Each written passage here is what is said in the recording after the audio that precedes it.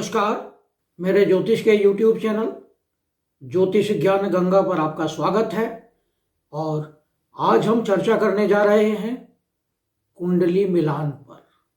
बहुत महत्वपूर्ण विषय प्रत्येक व्यक्ति के लिए, क्योंकि प्रत्येक व्यक्ति के विवाह के समय कुंडली मैच की जाती है। विवाह क्या है? विवाह हमारा एक सोशल बॉन्डिंग है। सनातन धर्म में विवाह एक षोडश संस्कारों में से एक संस्कार है।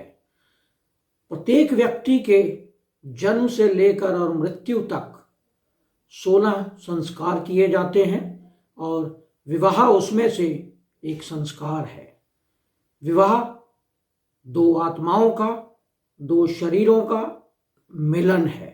और जब हम कुंडली मिलान की बात करते हैं तो जब विवाह होता है तो उसके लिए कुंडली मिलाना अत्यधिक आवश्यक हो जाता है, क्योंकि अक्सर हम देखते हैं कि लोग अष्टकूट कुंडली मिलान करके या तो सॉफ्टवेयर से या पंचांग से देखकर कि 36 में से कितने गुण मिलते हैं उसके आधार पर विवाह निर्धारित कर लेते हैं, लेकिन बाद में उन्हें कई समस्याओं का सामना करना पड़ता है। कई बार यह भी देखा गया है कि कुंडली मिलान के समय अच्छा स्कोर होने के बावजूद मैरिज में, अंडरस्टैंडिंग में या फिजिकल कंपैटिबिलिटी में समस्याएं आ रही हैं। तो ऐसा क्यों होता है? या केवल गुण मिलान सफिशिएंट है, पर्याप्त है, या इसके अलावा हमें कुछ और भी देखना चाहिए? तो बहुत सारे माध्यम हैं कुंडली मिलान के जो लोग या तो जानते नहीं हैं और या फिर वह किसी को बताना नहीं चाहते। अक्सर लोग ट्रेडिशनल पंडितों के पास जाते हैं।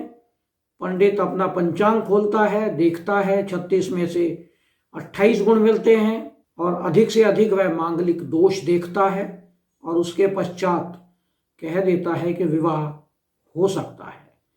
लेकिन इसके अलावा बहुत सारी स्थितियां हैं।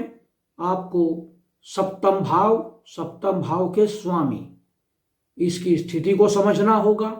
आपको मंगल की स्थिति को समझना होगा। अगर पुरुष की कुंडली है तो उसके लिए शुक्र को देखना होगा आपको।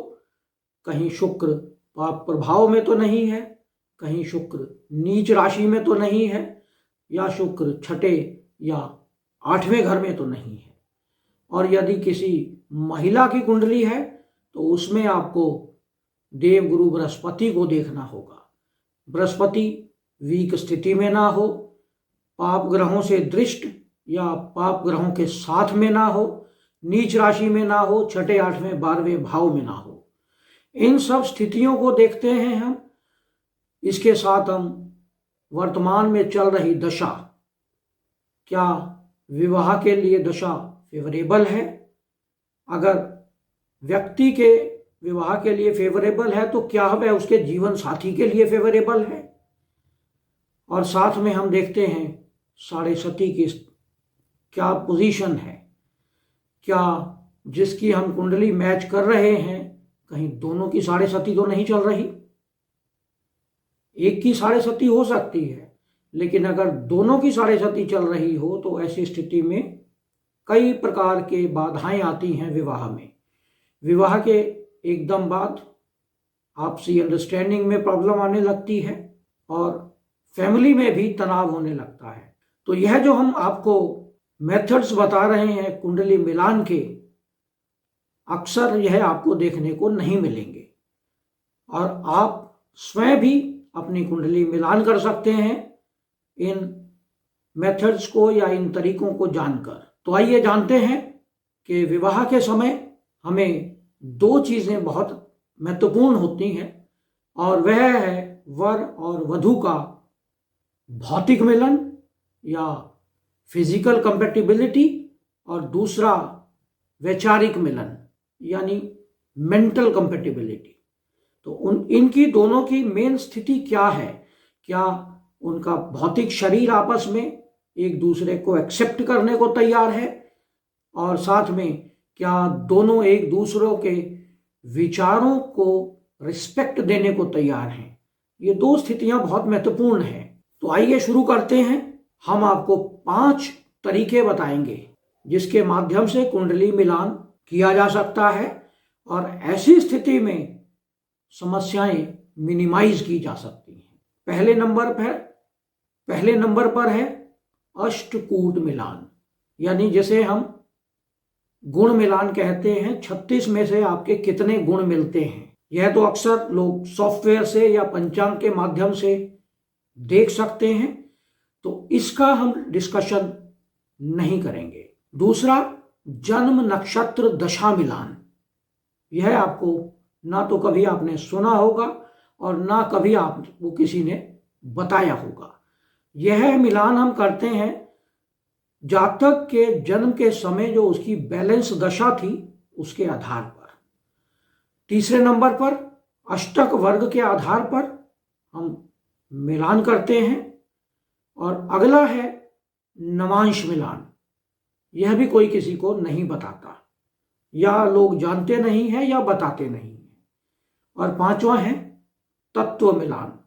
तत्व मीन्स, क्योंकि राशियां 4 तत्वों में विभाजित हैं, तो कौन कौन से तत्व किस तत्व के साथ मैच कर सकते हैं। अष्टकूट मिलान की बात करते हैं, तो अष्टकूट में सॉफ्टवेयर से मैचिंग हो सकती है, पंचांग से मैचिंग हो सकती है, तो इसका हम डिस्कशन नहीं कर रहे हैं। अगला है जन्म नक्षत्र दशा मिलान, यानी बैलेंस दशा एट बर्थ। आपके जन्म के समय, जब आपका जन्म हुआ तो उस समय कौन सी आपकी दशा चल रही थी, और जिसके साथ आप कुंडली मैच करने जा रहे हैं, आपकी दशा उसकी कुंडली पर क्या प्रभाव डालने वाली है, और जो आपके साथ मैचिंग पार्टनर है उसकी जो बर्थ के समय दशा थी वो आपके ऊपर क्या प्रभाव डालने वाली है। तो हम एक एग्जांपल लेते हैं, हम बताते हैं आपको। मान लीजिए आपकी बैलेंस दशा एट बर्थ, यानी जन्म के समय आपकी सूर्य की दशा चल रही थी और अंतरदशा थी बुध की। तो ये 2 दशाओं को तो कम से कम, महादशा और अंतरदशा को तो आपको अपने पार्टनर की कुंडली में मैच कर लेना चाहिए। तो आपकी जो बैलेंस दशा है बर्थ की, क्या सूर्य और बुध जिसके साथ आप कुंडली मैच करने जा रहे हैं, उसके लगन चार्ट में सूर्य की क्या स्थिति है। क्या सूर्य 6, 8वें, 12वें भाव में तो नहीं है? क्या बुध 6, 8वें, 12वें भाव में तो नहीं है? अगर 6, 8वें, 12वें भाव में है तो आपकी विवाह में समस्याएं आएंगी। और ऐसे ही अपने पार्टनर की जो बैलेंस दशा है बर्थ की, उसे अपनी कुंडली में लगा कर देंगे, तो उसके महादशा और अंतरदशा के जो स्वामी हैं वो आपकी कुंडली में कहाँ बैठे हुए हैं। अगर वो केंद्र और त्रिकोण में है तो स्थिति बहुत उत्तम है। अगली बात हम करते हैं अष्टक वर्ग मिलान की। अष्टक वर्ग के आधार पर भी कुंडली मैच की जा सकती है, क्योंकि चंद्रमा के आधार पर जब हम कुंडली मैच करते हैं तो हमारी मानसिक स्थिति, हमारी वैचारिक स्थिति का आपस में मिलन होता है।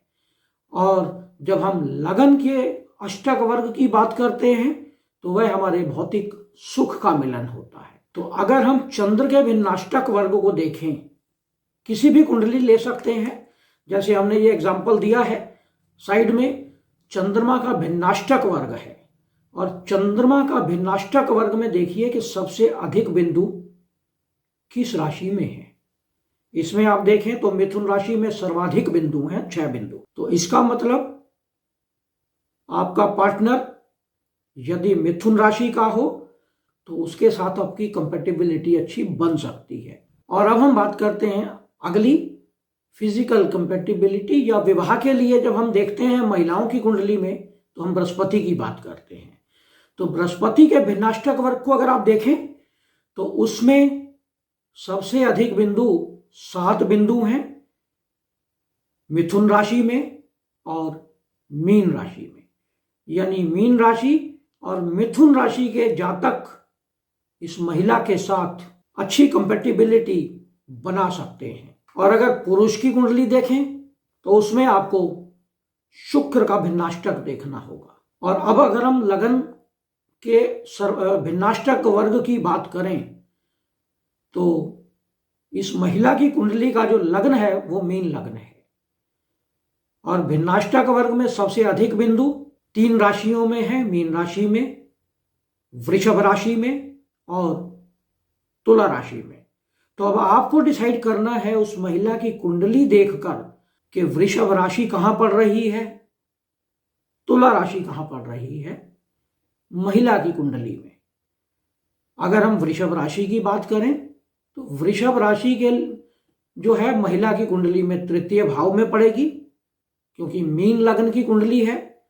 और तुला राशि महिला की कुंडली में अष्टम भाव में पड़ेगी। तो इसलिए उसके जीवन साथी ना तो तुला लग्न का अच्छा रहेगा ना वृषभ लग्न का, वह मीन लग्न का हो सकता है। और अगर हम समुदाय अष्टक वर्ग की बात करें या सर्वाष्टक वर्ग की बात करें तो चारों ओर से उसको कहाँ प्रोग्रेस मिलेगी। तो सर्वाष्टक वर्ग में हम देखते हैं कि सबसे अधिक बिंदु कहाँ हैं।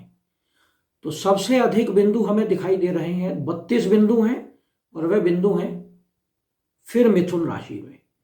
तो इसका मतलब काफी जगह पे रिपीट हो रहा है, या तो मिथुन राशि, मीन राशि, ये 2 ही राशियां निकल कर आ रही हैं जिसके लगन के जातक इस महिला के साथ अच्छी कंपेटिबिलिटी बना सकते हैं। इस महिला की कुंडली देखिए तो महिला की कुंडली मीन लग्न की कुंडली है, मिथुन राशि चतुर्थ भाव में पड़ रही है और उसका स्वामी बुध भी चतुर्थ भाव में बैठा हुआ है। या मीन और मिथुन लग्न के जातक इस महिला के लिए अच्छे पार्टनर सिद्ध हो सकते हैं। अब हम बात करते हैं नवांश मिलन की। तो अगर हम नवांश मिलन की बात करें तो इसमें हम क्या देखते हैं।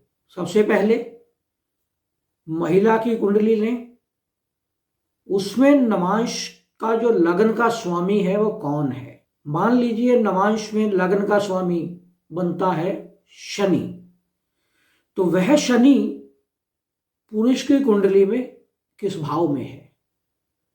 यदि पुरुष की कुंडली में एकादश भाव में है तो विवाह के बाद उस पुरुष की प्रोग्रेस होगी। अगर शनि पुरुष की कुंडली में सप्तम भाव में है तो आपसी अटैचमेंट अच्छा रहेगा। यदि पुरुष की कुंडली में छठे भाव में है तो विवाह के बाद पुरुष का स्वास्थ्य बिगड़ेगा। तो इस तरह से आप नवांश मैचिंग कर सकते हैं।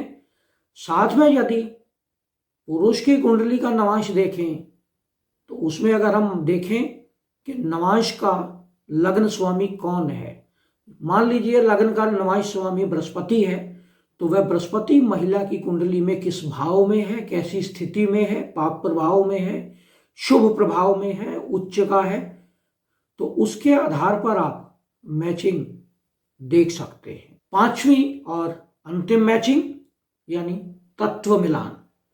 राशियों के 4 तत्व होते हैं, अग्नि तत्व, पृथ्वी तत्व, वायु तत्व और जल तत्व। तो अग्नि तत्व की राशियां हैं मेष, सिंह और धनु। पृथ्वी तत्व की राशियां हैं वृषभ, कन्या और मकर। और वायु तत्व की राशियां हैं मिथुन, तुला और कुंभ। और जल तत्व की राशियां हैं वो है कर्क राशि, वृश्चिक राशि और मीन राशि। तो अगर हम मैचिंग कर रहे हैं और अगर महिला अग्नि तत्व राशि की है यानी चंद्रमा अग्नि तत्व राशि में है और पुरुष का चंद्रमा जल तत्व राशि में है, तो इनकी आपस में मैचिंग नहीं हो सकती, क्योंकि जल और अग्नि का मिलन नहीं हो सकता। तो इस तरह से हमें यह भी देखना होगा कि किस राशि का मिलन किस राशि के साथ हो सकता है। पृथ्वी तत्व के जो जातक हैं उनका मिलन सभी राशियों के साथ हो जाता है। तो यह था कुंडली मिलान का एक अद्भुत तरीका जिसके माध्यम से आप कुंडली मिलान स्वयं भी कर सकते हैं। तो यह विश्लेषण आपको कैसा लगा इस पे कमेंट करें। यदि आपने हमारे चैनल को सब्सक्राइब नहीं किया है तो इसे सब्सक्राइब करें और नोटिफिकेशन बेल को अवश्य दबाएं, जिससे आने वाले सभी वीडियो आपको मिलते रहें। नमस्कार।